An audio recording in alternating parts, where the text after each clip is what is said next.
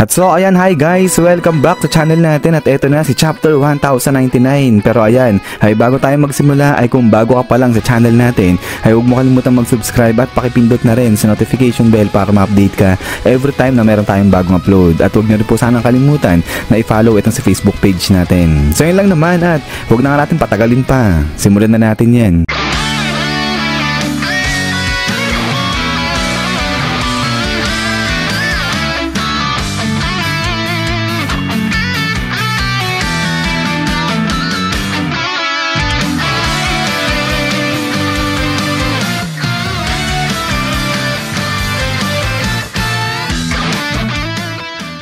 So nabalitaan nga ni Haring Bakery yung ginawang pagsunog ng hari ng Goa Kingdom sa may Great Terminal. Kaya ang ginawa niya dito ay ginaya niya yan at sinunog niya rin yung mga village niya dyan sa may Sorbet Kingdom at pinagbabaril pa yung mga tao dyan. At so kaya nga dahil dito ay talagang nagalit na etong si Kuma. Di na siya nakapagpigil pa kaya umatake na.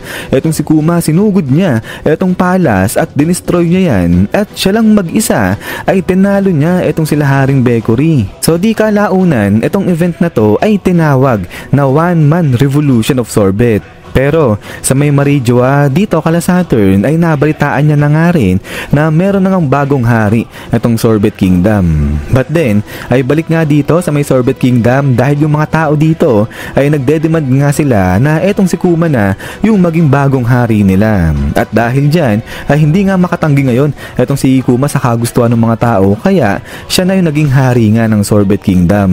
Pero may kita na sa may simbahan pa rin nakatira etong si Kuma at ibang tao, ibang hari yung namamalakad dyan sa may Sorbet Kingdom. At eto nga si Haring Bulldog. So kumbaga, etong si Kuma, sa pangalan lang siya hari kasi yan nga yung gusto ng mga tao. At etong si King Bulldog siya, yung namamalakad dyan sa may Sorbet Kingdom. At ayun kasi, etong si Haring Bulldog ay naging hari naman na siya dyan matagal na sa may Sorbet Kingdom. 2 generations ago yung pinagharian niya dyan. But anyways, ay pagkatapos nga nito, ay talo naman dito sa side ni Boney. Dahil nabanggit na nga dito na aksidenteng nakain nito ni Boney yung devil fruit na Toshi Toshi Nomi. At dito nga nag-transform na etong si Boney at eto na nga yung sa nakikita natin ngayon na itsura niya. At so kaya dahil dyan ay nagulat nga lahat kasi ang akala nila si Genie. At then ay after nga niyan ay etong si King Bulldog ay dinalaw niya etong simbahan at kasama niya nga dyan etong si Mother Coney. At then ay dito etong si Boney ay nagpa-practice siya ng transformation habang pinagmamasdan si Mother Coney kaya ang nangyari ay naging kamukha niya katulad niya etong si Mother Coney. At merong araw dito na gag scene kasi napagpapalit-palit nila etong si Boney at saka si Mother Coney. So medyo napaghahalo na nila kasi nga magkamukha na yung dalawa. But then ay pagkatapos niyan ay dito na nga ibinalita ni King Bulldog kay Kuma na nakaligtas nga itong si Haring Bakery at nagbabalik ngayon yan. Pero this time ay kakampi niya na nga itong world government kasi ang nangyayari dito itong si Haring Bakery pinagkakalat niya na itong si Kuma ay pinatalsik siya dahil gusto ni Kuma na siya yung maging hari dyan sa Sorbet Kingdom. At so kaya naman itong si Kuma na raw ngayon yung naging evil ruler na dyan sa may Sorbet Kingdom. So kaya etong mga Marines ay tutulungan etong si Haring Bakery na patalsikin etong si Kuma nang sa ganun ay mabalik nga kay Haring Bakery itong Sorbet Kingdom. Pero dahil dyan ay nag-decide na nga etong si Kuma na talagang tapusin na ng tuluyan etong si Haring Bakery. Pero ang sabi niya nga kapag ginawa niya yan ay hindi na nga siya makakabalik dito sa may Sorbet Kingdom. At so dito na nga hinabilin ngayon ni Kuma si Boney dyan kala Haring Bulldog at sinabi na wag hahayaan na tamaan si Boney ng kahit na anong klaseng natural light. At then ay pagkatapos niyan ay dito na nga sinugod ni Kuma etong sila Haring Bakery at mga Marines dyan sa may karagatan at dito pinalubog na nga ng tuluyan ni Kuma etong mga battleships na to ng mga Marines. Pero hindi nga nakita dito kung etong si Haring Bakery ay buhay o patay. Pero pagkatapos nga ng insidente na to ay dito na nagsimulang maglayag etong si Kuma at maging isang pirata. At ayun ay ang dami na ng evil names nito ni Kuma at mataas tumataas na rin yung bounty niya dahil nga sa lakas nito ni Kuma. At so habang naglalayag si Kuma ay etong si Bonnie naman ay nandiyan sa pangalaga ni Mother Coney at nasa may kastilyo nga sila. At dito sinabi ni Bonnie na kapag 10 years old na siya ay magiging pirata nga rin siya katulad ng tatay niya.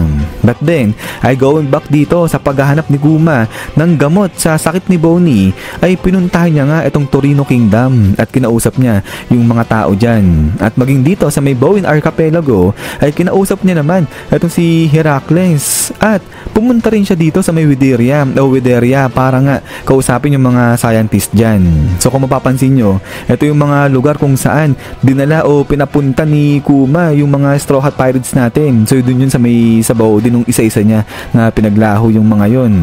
At dito rin ay na-encounter niya pala itong si Jeet at saka nga itong si Abdullah. So itong dalawa ay gustong kunin yung bounty ni Kuma pero dinestroy nga lang din daw ni Kuma yung mga barko ng dalawa na to. At so pagkatapos ng paglalakbay na to ni Kuma ay finally ay nagkasama silang ulit dalawa ni Dragon at nandiyan nga sila kay Wind Granma sa barko nito ni Dragon ng Revolutionary Army. At lahat nga ng commanders ng Revolutionary Army ay present, ang wala lang si Sabo at saka nga si Koala. At so dito sinabi na ni Dragon kay Kuma na etong si Inazuma at saka etong si Ivan ay nakapture nga at kinulong yan. At so dito ay habang nag-uusap etong si Dragon at saka si Kuma ay biglang singit naman dyan etong si Betty. At ang sabi niya ngayon dito kay Kuma na matagal niya nang sinasabi dito kay Dragon na gusto niya sana na siya na yung maging commander ng East. Pero hindi pumapayag itong si Dragon. So hindi raw pwede hanggat hindi pumapayag itong si Kuma. So kasi nga 'di ba, si Genie yung commander ng East. So ang ibig sabihin, talagang ino-honor ng husto ni Dragon si Genie, pati na rin itong si Kuma. Kasi nga kahit patay na itong si Genie talagang hindi niya binibigay yung position ni Genie kahit kanino. But then, ay eto nga sagot ngayon itong si Kuma. At ang sabi niya nga dyan, isang babae, ito referring kay Betty na hindi maganda yung tapas ng bibig. Okay daw yan, sige pumapayag na siya na etong si Betty na yung maging commander ng East. At so after nyan ay balik ulit dito yan sa usapan ni Kuma at saka nga ni Dragon. At dito ay nagsalita na etong si Dragon at ang sabi niya nga dyan na hindi niya nire-recommend etong si Dr. Vegapunk dyan kay Kuma. Kasi nga imposible na ma-meet ni Kuma etong si Dr. Vegapunk kasi nasa may punk hazard etong si Dr. Vegapunk. But since na nagkaroon nga ng aksidente dito sa may punk hazard, nagkaroon nga raw dyan ng napakalakas na explosion. So dahil to sa kapalpakan ni Caesar. So kaya naman napilitan daw itong sila Dr. Vegapunk na lumipat ng ibang lokasyon. At so now, dahil sa bago pa lang yung location nito nila Dr. Vegapunk, kaya yung defense system doon ay mahina pa nga raw. Kaya nga eto na yung magandang pagkakataon para kay Kuma na ma-meet itong si Dr. Vegapunk, puntahan niya na kaagad yan. At so pagkatapos niyan ay dito nga nagpasalamat na itong si Kuma kay Dragon. At ang sabi niya nga dito na kapag napagaling niya na itong sakit ni Bonnie ay gusto niyang bumalik ulit dito sa Revolutionary Army at sumama kay Dragon sa pakikipaglaban. At so after nga dyan ay balik dito naman sa side ni Bonnie dahil nagte-training naman siya ng combat. At so dito ay makikita na kahit bata pa lang itong si Bonnie ay nagagawa niya ng tumalo ng isang adult. But na pagkatapos nito ay talo na nga dito sa may Egghead Island dahil etong si Kuma ay binalikan niya na nga etong si Bonnie at isinama niya na yan papunta dito sa may Egghead Island at nilagay niya etong si Bonnie sa isang box para nga makapaglakbay sila ng maayos papunta dito sa may Egghead Island. At dito ay na-meet niya na nga etong si Dr. Vegapunk at may kita nga rin dyan na nakikipaglaro etong si Bonnie dito kay Sentomaru. At so after nyan ay dito sinabi na ni Dr. Vegapunk kay Kuma na posibleng magamot yung sakit ni Bonnie. Ang gagawin niya lang ay gagamitin niya yung bagong technology ng cell transplant at hindi nga raw yun basta-basta nakikita sa isang regular na hospital. Pero yun nga lang, malaki yung kabayaran katulad na lang nung sa paggawa nga ng cyborg ganyan. So dito parang pinapahagingan na ni Dr. Vegapunk si Kuma. But then ay pagkatapos niyan ay dito tinest na ni Dr. Vegapunk yung dugo ni Kuma at nagulat itong si Dr. Vegapunk kasi na-discover na-discover niya na isa palang buccaneer etong si Kuma. So kaya tanong na ngayon etong si Kuma, sabi niya nga dyan, bakit siya pinuntahan neto ni Kuma? Nagtatrabaho nga siya sa world government. So sagot si Kuma at ang sabi niya nga dyan, dahil nagtitiwala siya dito kay Dragon.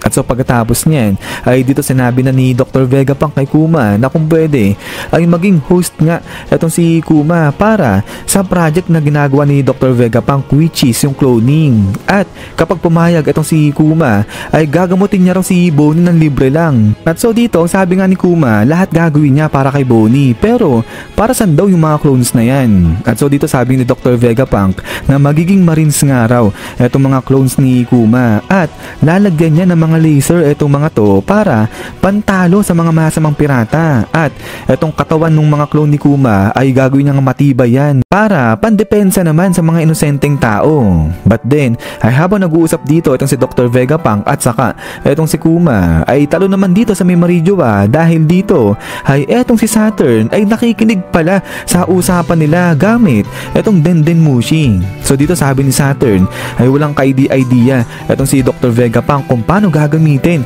etong pagkakataon na to. So pues siya ay meron siyang naiisip gawin, sabi niyang ganyan. So sigurado masama yung binabalak na to ni Saturn dyan kay Kuma kasi nga diba isang buccaneer etong si Kuma.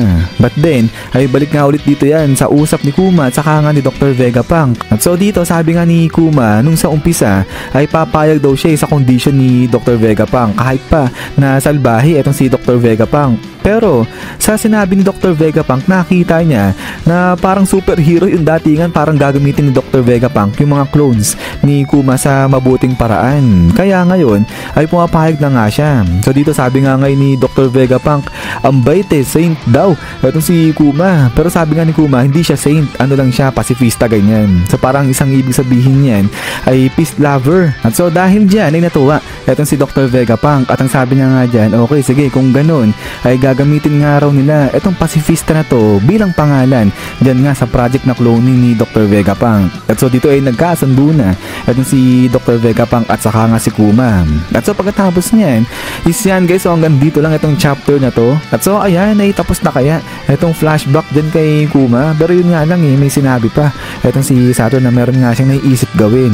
So siguro sa next na chapter ay balik na sa present. But anyways ayan nga guys, ay abang-abang lang para nga sa kasunod nito. At huwag nyo nga pong kalimutan mag-iwan ng like at pakifollow na rin itong si Facebook page natin. So yung link nito ay nandiyan lang po sa may comment section. So yun lang naman at laging mag-ingat. So God bless inyo lahat at kita-kits tayo ulit.